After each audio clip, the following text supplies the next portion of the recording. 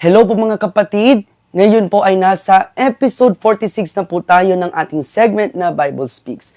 Ngayon ay ibabahagi ko po sa inyo ang isang propesiyang nagkatotoo sa buhay ng ating Inang Maria. Nais kong ipahayag sa inyo ang talatang ito sa Biblia dito sa Lucas chapter 2 verses 25 hanggang 35. May isang tao noon sa Jerusalem na ang pangalay Simeon. Isang lalaking matuwid, may takot sa Diyos at naghihintay sa katubusan ng Israel. Nasa kanya ang Espiritu Santo. Ipinahayag ng Espiritu Santo sa kanya na hindi siya mamamatay hanggat hindi niya nakikita ang Kristo na ipinangako ng Panginoon. Sa patnubay ng Espiritu, si Simeon ay pumasok sa templo at nang dalhin doon ni Jose at Maria ang sanggol na si Jesus upang tuparin ang ayon sa hinihingi ng kautusan, kinarga ni Simeon ang sanggol. Pagkatapos, nagpuri siya sa Diyos. Ngayon, Panginoon, maaari na pong yumaong mapayapa ang inyong abang alipin ayon sa inyong pangako. Yamang nakita na po ng aking mga mata ang inyong pagliligtas, na inyong inihanda sa harapan ng lahat ng bansa. Ito po ay liwanag na tatanglaw sa mga hentil at magbibigay dangal sa inyong bansang Israel. Namangha ang mga magulang ng sanggol dahil sa sinabi ni Simeon tungkol sa bata. Binasbasan sila ni Simeon at sinabi kay Maria, "Tandaan mo, ang batang ito'y nakatalaga sa ikapapahamak o ikaliligtas ng marami sa Israel. Siya ang magiging tanda mula sa Diyos, ngunit tutuligsain siya ng marami. Kaya't mahahayag ang kanilang iniisip. Dahil dito, magdaranas ka ng matinding kapighatiang parang isang patalim na itinarak sa iyong puso." So, bata pa si Jesus nung sinabi na ni Propeta Simeon ang propesiyang ito sa bata at syempre doon kay Maria.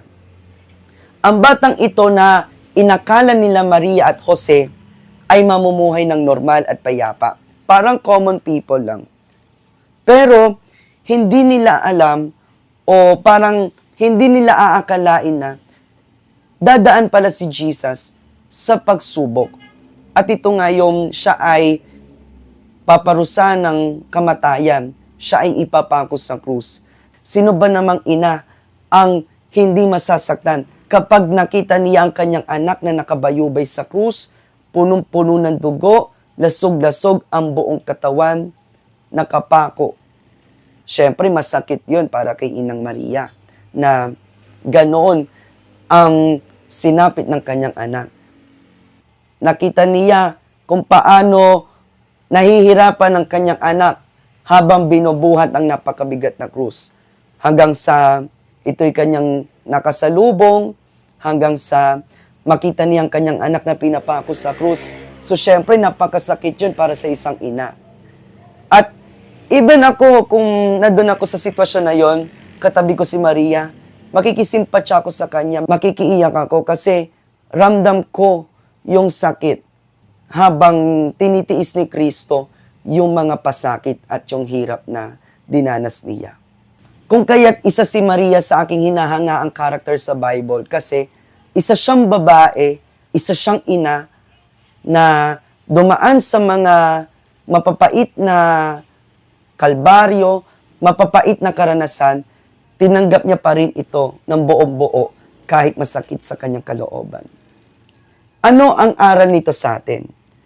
Nakikita ng Diyos ang iyong pagluha. Marami mang mga nanay o mga babae na talagang nahihirapan na sa kanilang responsibilidad, as in maraming responsibilities, pero nandyan pa rin sila, malakas pa at patuloy na magsisilbi para sa kanilang pamilya. Kahit mahirap ang sitwasyon na kanilang kinakaharap. Yan ang mga babae. Kahit na napakadami nilang kinakaharap ng responsibilities, nandyan pa rin sila at nakahanda silang pagsilbihan tayo at paglingkuran. Kahit na nakaka-experience sila ng mga masasakit na pangyayari na halos pasuko na sila sa buhay, nandiyan pa rin sila at mananatili pa rin sila para sa atin. Saludo po ako sa mga kababaihan na patuloy na lumalaban sa gitna ng mga pagsubok na kanilang nararanasan. So medyo na yun lalamunan ko, pero tuloy pa din. So maraming salamat po sa inyong panonood at pakikinig. Nawa po ay meron po kayong natutunan sa ating pong mensahe tungkol sa ating Inang Maria. Kindly follow and subscribe Charles Studios sa ating Facebook page, YouTube channel at TikTok account. Patuloy po kayong pagpalain at ingatan ng ating Diyos na dakila.